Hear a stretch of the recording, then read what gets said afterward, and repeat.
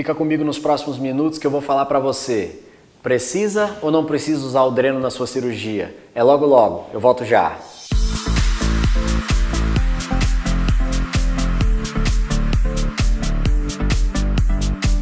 Plástica e Beleza dessa semana com um tema que é muito interessante, muito discutível em consultório. As pacientes perguntam sempre, em todas as consultas praticamente, elas sempre têm essa indagação, que é o uso do dreno. Afinal, precisa ou não precisa? Eu sou cirurgião plástico, meu nome é Frederico Fernandes, esse é o Plástica e Beleza para mais uma semana. É um tema que levanta muita discussão e, mais uma vez, a resposta para essa pergunta vai variar muito de acordo com cada profissional. Logo vou te mostrar aqui um tipo de dreno que a gente utiliza nas cirurgias e você vai conseguir visualizar melhor e vai conseguir entender o que é que se trata. Basicamente um mecanismo de aspiração a vácuo.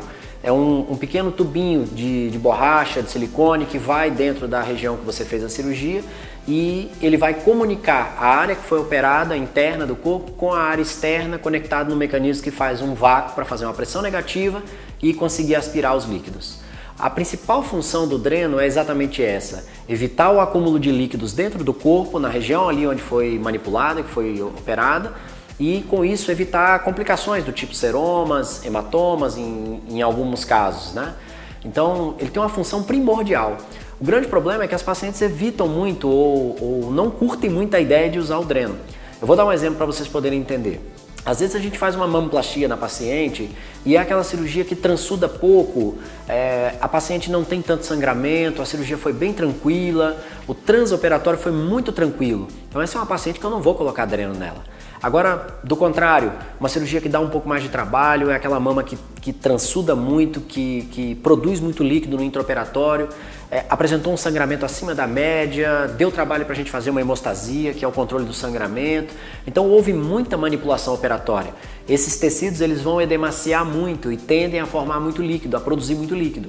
E aí, num caso como esse, é melhor a gente lançar a mão de um dreno, entendeu? Então, um exemplo da mamoplastia é um exemplo que eu posso dizer que há casos em que a gente vai usar e casos em que a gente não vai usar. Mas, por exemplo, num caso de uma abdominoplastia, eu uso sistematicamente dreno nesses casos, porque a chance de acumular líquido é muito elevada. Sei de muitos profissionais que não curtem a ideia de colocar dreno numa abdominoplastia. Então, como eu disse, vai depender da escola do profissional, da experiência dele. Alguns casos de lipoaspiração também são drenados também, principalmente quando se lipoaspira flancos, que é a região da cintura. Saiba que sempre que é possível a gente vai evitar o uso do dreno, porque a gente sabe que é inconveniente, que é um pouco desconfortável no pós-operatório ficar carregando aquela coisa para lá e para cá, né? Então, sempre que é possível a gente vai evitar o uso do dreno, mas infelizmente tem momentos que é inevitável, a gente vai colocar que é para o próprio bem da paciente. Então, sempre que é possível você evita colocar, mas uma vez que é necessário, coloca-se com segurança. Esse dreno normalmente pode permanecer em uma média de 3 a 5 dias, a depender da quantidade que está saindo. Então, o que vai nortear a saída do dreno é exatamente a quantidade de líquido que ele está produzindo, que ele está colocando para fora.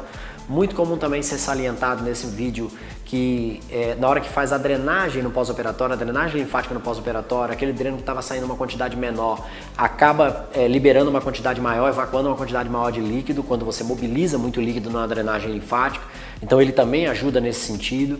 Então, uma ferramenta muito utilizada, os cirurgiões plásticos usam com muita frequência no pós-operatório de cirurgia, ok?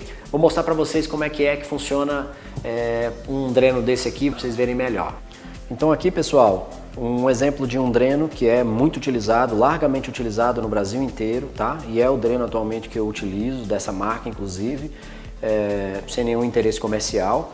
É um dreno que tem uma espessura de mais ou menos 3 milímetros e ele é todo microperfurado. Essa é a parte que vai dentro do corpo da paciente, certo? E esse dreno ele é conectado no meio externo a uma conexão em Y e esse Y é que vai ligar até a região da sanfoninha que a gente chama aqui, que é a região da bolsinha que vai fazer a coleta dos fluidos.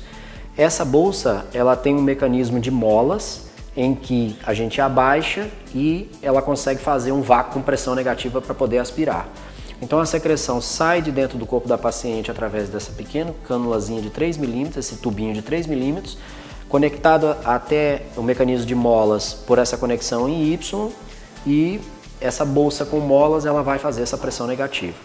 Então a mensagem que eu queria passar com esse vídeo é: Nada de temor desnecessário, nada de medo de ficar colocando dreno, eu vou colocar o dreno, aquele estresse, aquela ansiedade desnecessária, um mecanismo que faz parte do arsenal da gente, ok?